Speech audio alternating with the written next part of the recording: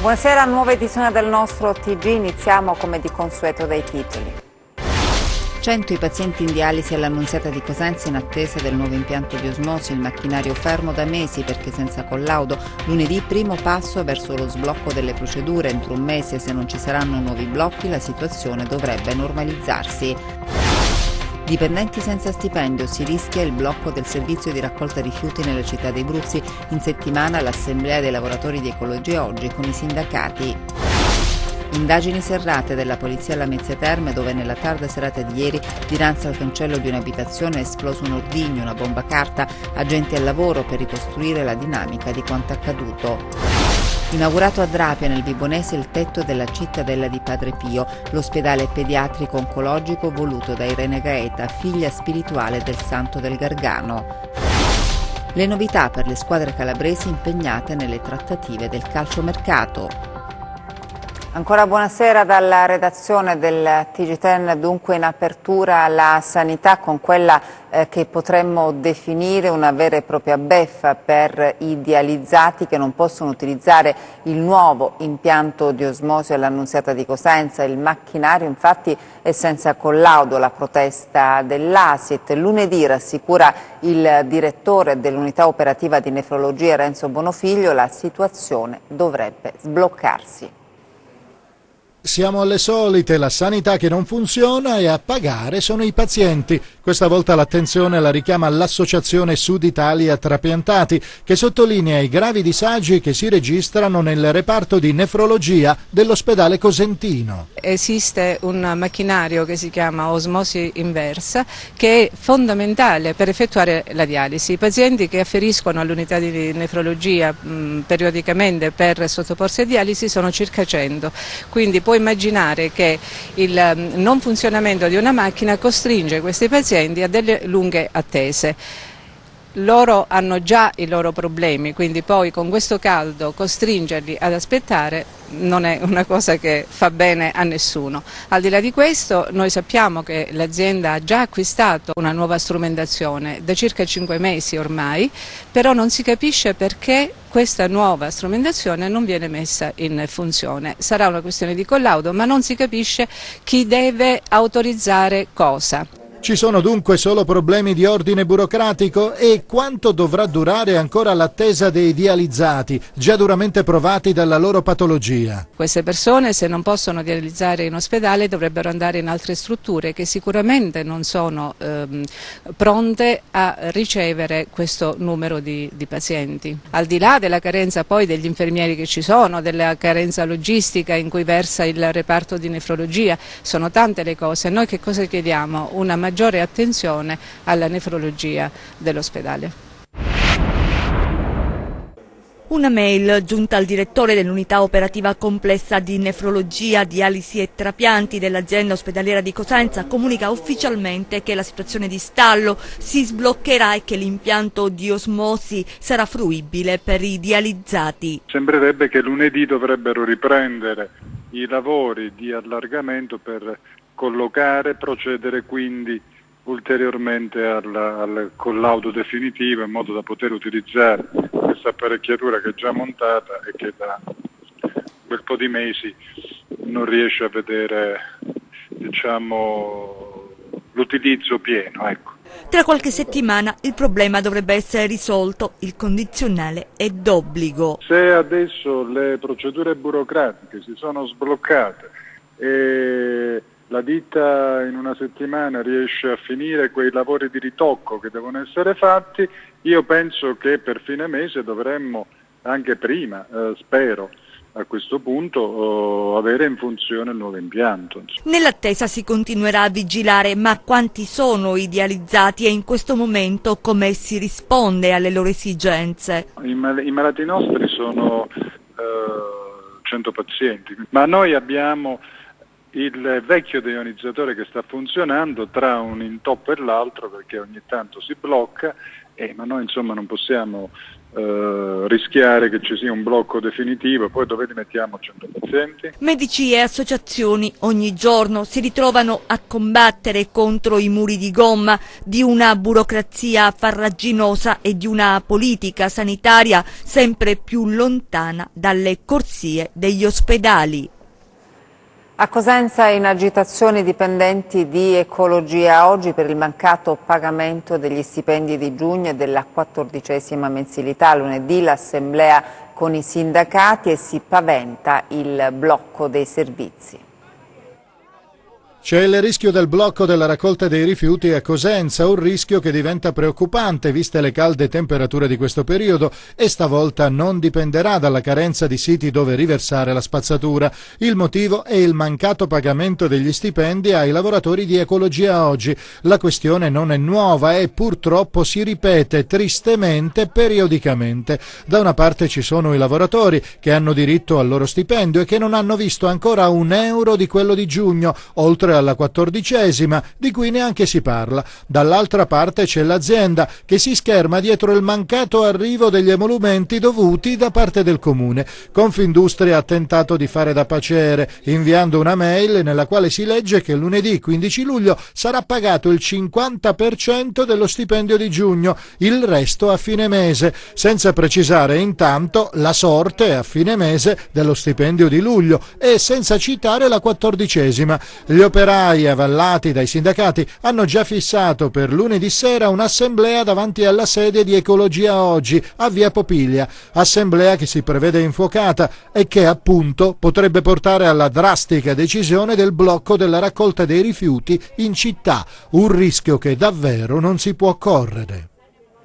La politica adesso con le iniziative in Calabria per le regionali. A Fuscaldo Mario Occhiuto ha inaugurato il primo punto d'ascolto, mentre torna a far sentire la sua voce l'ex presidente Agazio Loiero per il centrosinistra. L'UDC annuncia la scesa in campo con una propria lista e il governatore uscente prosegue gli incontri della Calabria. Cambia passo. Verso le regionali tra ritorni e nuovi contesti sul fronte del centrodestra, inaugurato a Fuscaldo nel Cosentino il primo punto di incontro dei comitati Mario Occhiuto presidente, iniziativa voluta dall'assessore Loredana Pastore. Un luogo di discussione è stato ribadito sui temi legati al programma di Occhiuto, attuale sindaco di Cosenza, che punta molto sulla valorizzazione dei luoghi di interesse storico della regione e sul turismo. Proposte per l'apertura di nuove sedi di comitato a sostegno del progetto, ha detto, arrivano da tutta la Calabria. Per il centro-sinistra è stato proprio lui, Agazio Loiero, ex presidente della Regione Calabria, a dare la notizia di un possibile impegno diretto con una lista a supporto del centro-sinistra. Sono intenzionato, fa sapere, a dare il mio contributo, ma ammonisce solo se la coalizione sarà rappresentata da un nome autorevole. Alla Mezzia Terme la riunione di tutti i dirigenti regionali dell'UDC per rilanciare l'azione politica dei democratici cristiani in vista delle prossime elezioni regionali. L'UDC, ha detto il segretario nazionale Lorenzo Cesa, sarà presente con lo scudo crociato e con una forte e autorevole squadra. Intanto proseguono gli incontri del presidente uscente Mario Liberio con i comuni, gli amministratori, le parti sociali, le imprese, un percorso accompagnato dallo slogan "La Calabria cambia passo" per il governatore, che ha annunciato da tempo la volontà di volersi ricandidare. Un'estate calda, preludio di un settembre di fuoco in cui gli scenari saranno definiti per l'avvio ufficiale della campagna elettorale. La cronaca adesso con una storia che arriva dal Reggino, dove 2 coniugi sono stati arrestati con l'accusa di usura ed esercizio abusivo del credito. L'uomo dal carcere continuava a prestare soldi a tassi usurai avvalendosi proprio della moglie. Sentiamo. L'usura era una tradizione di famiglia. Da oltre 20 anni svolgeva l'attività dell'esercizio abusivo del credito e anche dal carcere, dove era detenuto per tentata estorsione nell'ambito dell'operazione denominata Primalba, risalente al gennaio del 2019, e continuava a prestare denaro a tassi usurai tramite la moglie. La storia arriva dal Reggino, da Oppido Mamertina, dove i carabinieri e i militari della Guardia di Finanza hanno arrestato in esecuzione dell'ordinanza emessa dal Tribunale di Palmi Giuseppe Managò, 47 anni, imprenditore agricolo del luogo, e la moglie Maria Calipari, di 43 anni, per i reati di usura ed esercizio abusivo del credito. Disposto anche il sequestro preventivo di un importo di oltre 20.000 euro. Dalle indagini è emerso che i due avrebbero prestato consistenti cifre di denaro a diverse persone, alcune delle quali in gravissima difficoltà economica, pretendendo per la restituzione rate mensili con interessi che arrivavano al 20% annuo. Adesso per l'uomo è stata confermata la misura cautelare in carcere, mentre alla consorte sono stati concessi gli arresti domiciliari.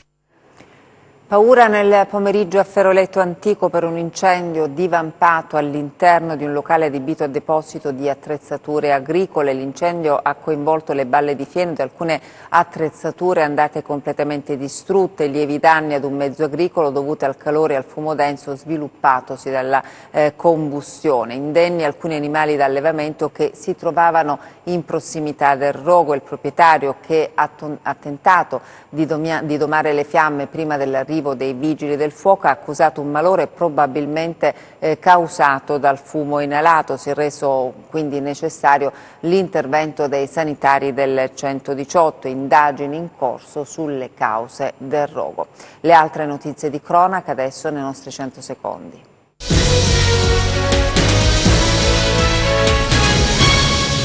Il procuratore della Repubblica aggiunto di Reggio Calabria, Gerardo Dominiani, è stato nominato procuratore vicario. La nomina è stata decisa dal procuratore della Repubblica Giovanni Bombardieri. Gli altri procuratori aggiunti a Reggio sono Gaetano Paci e Giuseppe Lombardo. Indagini serrate della polizia alla Mezzia Terme dopo l'esplosione nella tarda serata di ieri di un ordigno, una bomba a carta, nei pressi di un'abitazione in una traversa di Via del Progresso. Gli agenti al lavoro per ricostruire la dinamica di quanto accaduto. L'esplosione ha provocato danni al cancello della casa in cui la bomba è stata posizionata. 6 giovani, 5 dei quali minorenni, sono indagati per danneggiamento di un distributore di alimenti a Serra San Bruno nel Vibonese. Sull'episodio, che risale al 24 maggio scorso, stanno svolgendo indagini i carabinieri. Secondo quanto emerso, i 6 giovani, allo scopo di appropriarsi del denaro che vi era custodito, hanno danneggiato, prendendolo a calci, un distributore di alimenti. Alla loro identità i carabinieri sono giunti attraverso le immagini riprese dalle telecamere del sistema di videosorveglianza. I carabinieri forestali della stazione di Montalto Uffugo hanno denunciato una donna di 31 anni, titolare di un'impresa agricola nel comune di Lattarico, per illecita gestione di rifiuti. Durante un controllo i militari hanno constatato che i reflui zootecnici derivanti dall'allevamento di bovini finivano direttamente sul suolo, riversandosi nei terreni sottostanti. È stato inaugurato a Drapia, nel Vibonese, il tetto della cittadella di Padre Pio, l'ospedale pediatrico oncologico voluto da Irene Gaeta, figlia spirituale del Santo del Gargano. In tanti, tra fedeli, discepoli di Padre Pio e autorità, hanno sfidato il caldo record di questi giorni pur di essere presenti in un luogo straordinario, quasi miracoloso, come lo ha definito il vescovo Monsignor Luigi Renzo. E l'occasione per stare tutti insieme alla cittadella di Padre Pio, in corso di realizzazione in contrada Vento a Drapia, era quella di festeggiare un primo concreto passo avanti nei lavori di realizzazione di questo straordinario progetto, perché è già stato ultimato il tetto della Casa Sociosanitaria Pediatrico Oncologica Madonna di Fatima, sul quale da questo momento sventolerà il tricolore italiano benedetto dal Vescovo, a simboleggiare che i lavori relativi alla grande opera voluta dal Santo di Pietrelcina vanno avanti alacremente. Sono passati ormai 15 anni dal messaggio che Padre Pio ha rivolto direttamente ad Irene Gaeta per realizzare in Calabria un santuario, un ospedale pediatrico, un centro di ricerca ed un villaggio per i sofferenti, perché i bambini si dovranno curare con le erbe naturali, le erbe che nascono qui e l'acqua che scorre sulla collina di Trappia.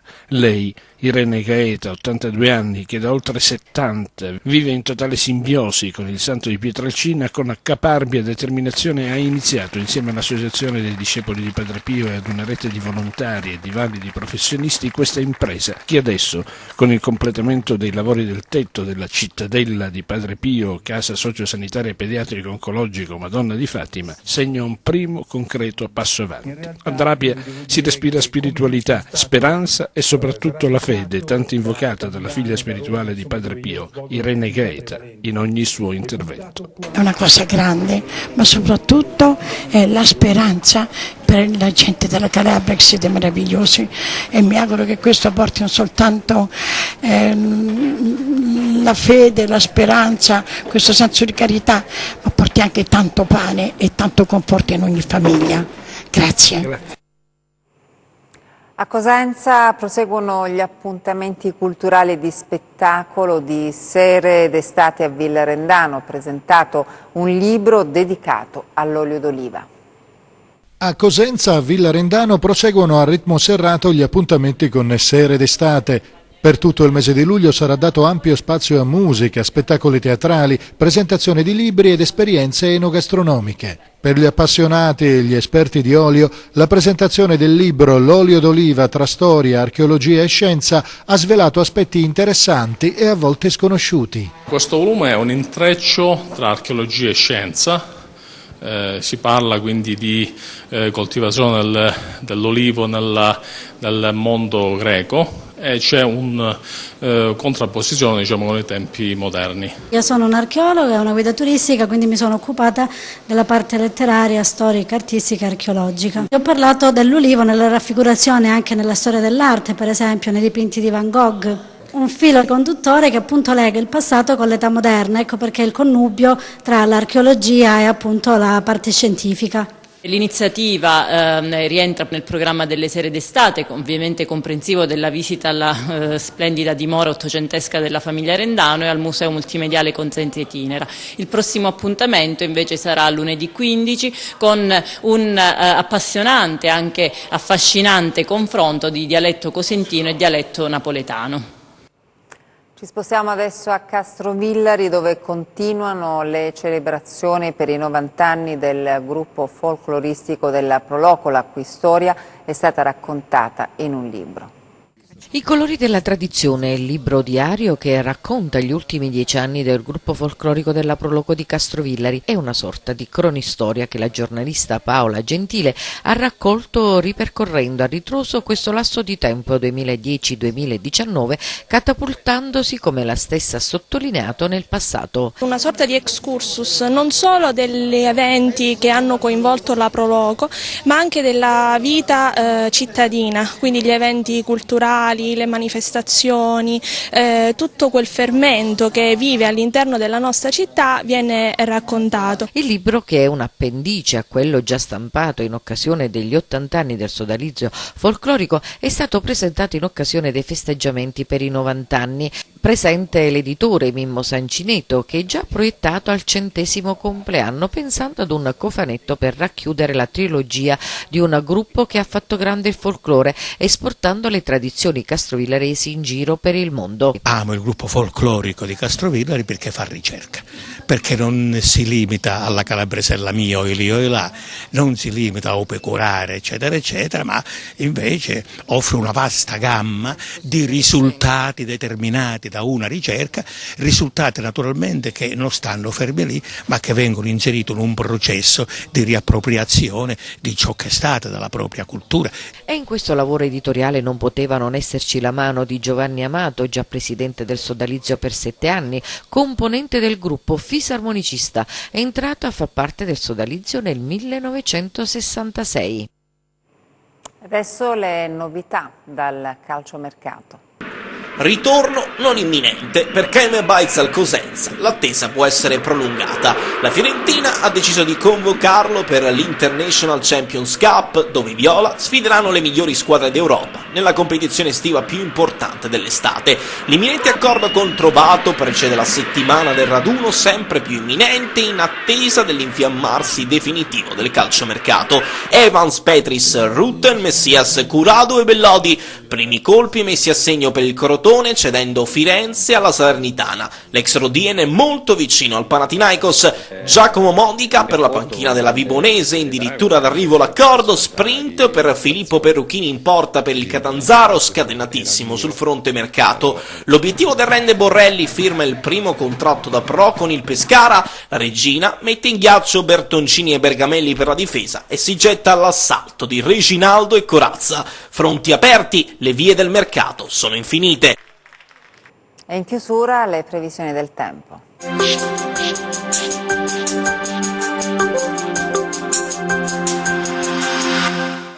La nostra regione continuerà a godere di temperature in media con nubi di passaggio che potranno provocare qualche isolato disturbo per il weekend, grazie alla sua posizione di confine tra l'anticiclone delle Azzorre elevato fino alle isole britanniche e la vasta area depressionaria che domina ormai da giorni sull'Europa centro-orientale.